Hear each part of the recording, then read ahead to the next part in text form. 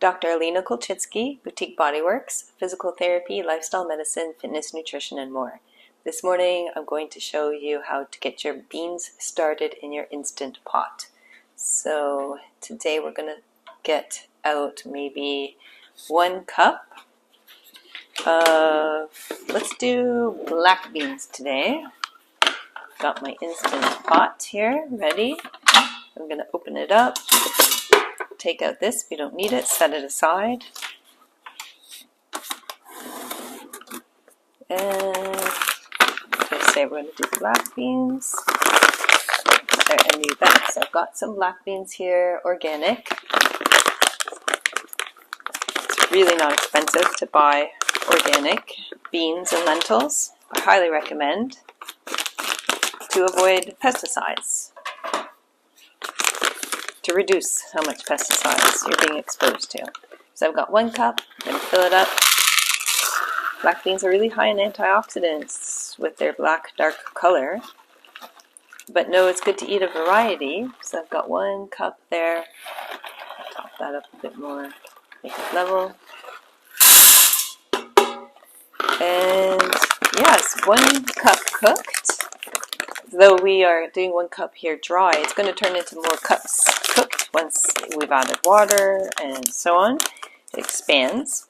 But 1 cup of cooked beans on average has about 15 grams of protein. So keep that in mind when you're making your recipes, trying to round up your protein content. So I'm going to cover this in water.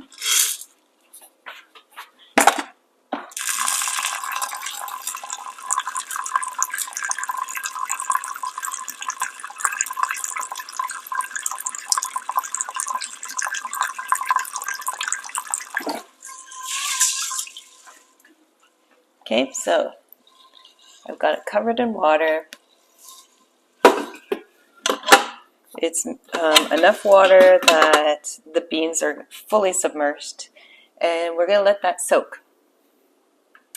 So it's the morning, first thing in the morning, I'm about to have breakfast.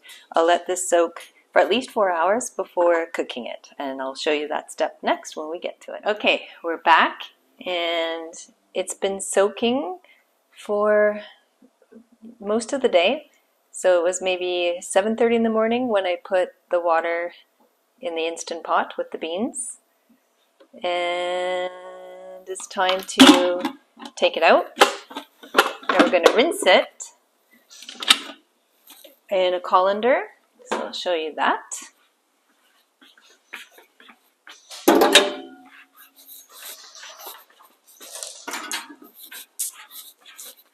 So just simply pour everything out into your colander.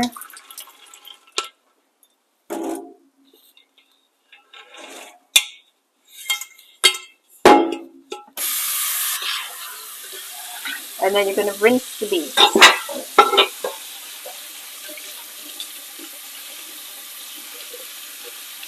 Some of them have split, so they're already like pre-sprouting, if you will, which is fine. Actually increases their protein content when they sprout. So that is something you can do, is let them sprout in the fridge overnight. That's another option. So now I'm going to place them back in to the pot. And then we're going to fill it with water to just barely cover it.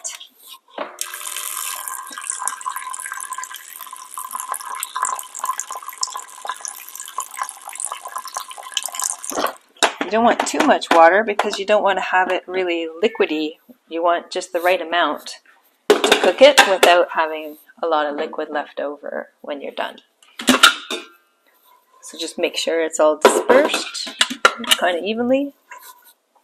I set it back in. I'm going to put the top on, close it. Make sure the pressure cooker button is all the way closed. And then we'll plug it in. And I'm going to set it to pressure cook.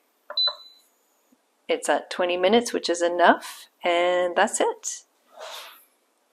So now we just wait, and I'll be back.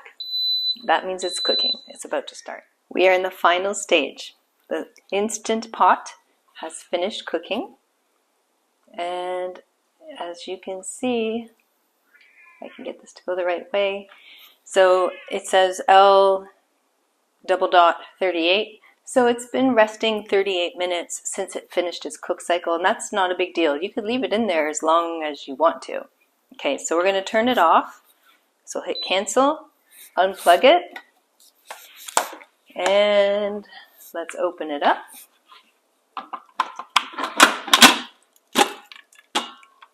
It's a lot of water at first, so you just make sure, get the drips off, and have a peek.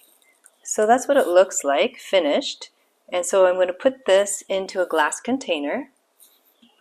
I'm going to set this. This is very hot, so don't try to lift it up with your bare hands. Let me show you what I mean. I'm going to use a tea towel, or even better, what you use to take things out of the oven mitts. Okay, I've got a glass dish. I'm holding this with something to protect my skin from the heat. Now there is some extra liquid in there. Not a big deal. Don't discard it. Just leave it in there with the rest of the beans. It will continue to absorb and soften into everything and become one. You could also drain it and drink it. It's full of protein, that liquid. So don't throw it out. There's lots of nutrients in there too. All those antioxidants from the rich, deep color of the beans. Not to be thrown away. Okay. And that's it. So now I have beans to last me for, gosh, probably 5 days maybe. It's about 5 cups in there of cooked beans. So I hope that helps to show how easy it is to make your own beans from scratch. By all means, you know, if you don't have the time, a can is fine. It's much healthier than eating animal protein and animal fat. So if that's what it takes to get you to eat more legumes in your life, then go ahead and eat canned. But it doesn't take that much effort. I hope today's video kind of made it look more easy and accessible for you. All you do is soak it for a minimum of 4 hours, and then rinse, put it in the Instant Pot, just barely cover it with water, put it on the pressure cook function for 20 minutes, turn it on, make sure the lid is closed, and make sure the pressure cooker valve is turned all the way closed. And that's it. And then you've got this. You can put it in the fridge. I'm not going to cover it with the plastic lid until it's cooled off, because I don't want heated plastic allowing anything to, you know, end up in my food.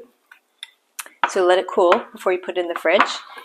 And that's all. You can do this with any kind of beans. Now, with lentils, it's better to just cook it in a pot. They cook so quickly.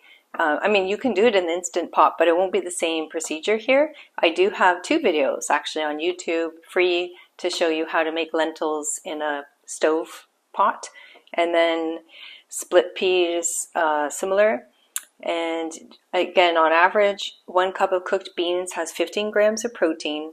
Be careful with AI, because a few months back, I was just quickly trying to scan protein content of foods I was cooking with and didn't fact check the AI. And so it said much more, 44 grams.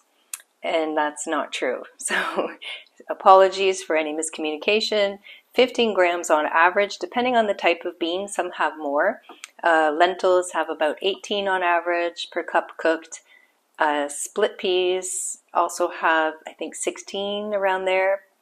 Double check. And chickpeas or garbanzos have 16 grams on average per cup.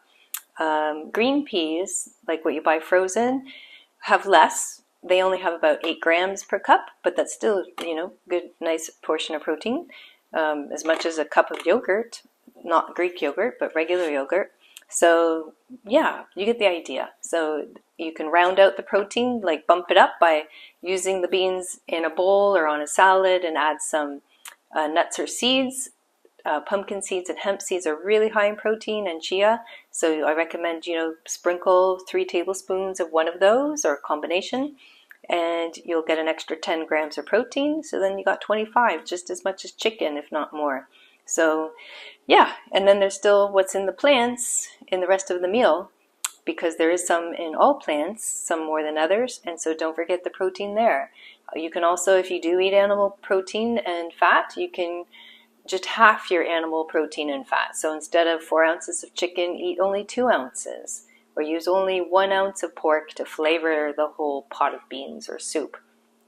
So you see what I'm saying? Minimize the plant, or reduce, the animal, or reduce it, and that will still bump up your protein in addition to the plant protein. Because with the plant protein, we're getting none of the negative effects to your health.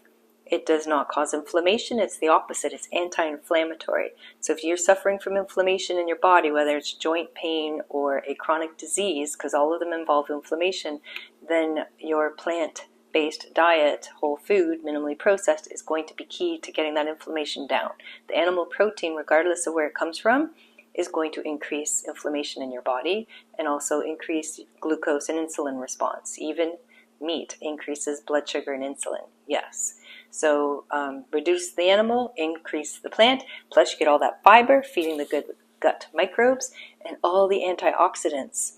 And different colors of plants give you different types of antioxidants and fiber that feed different types of microbes. So the more of the rainbow you eat, the more robust health you'll have, both in your gut microbes, which make the brain function better, but also for your immune function. So all the more reasons to eat more plants, less animal. I hope that made it easy for you to be able to do this for yourself at home. Make a big pot. If you're a bigger family, you can cook more than 1 cup dried.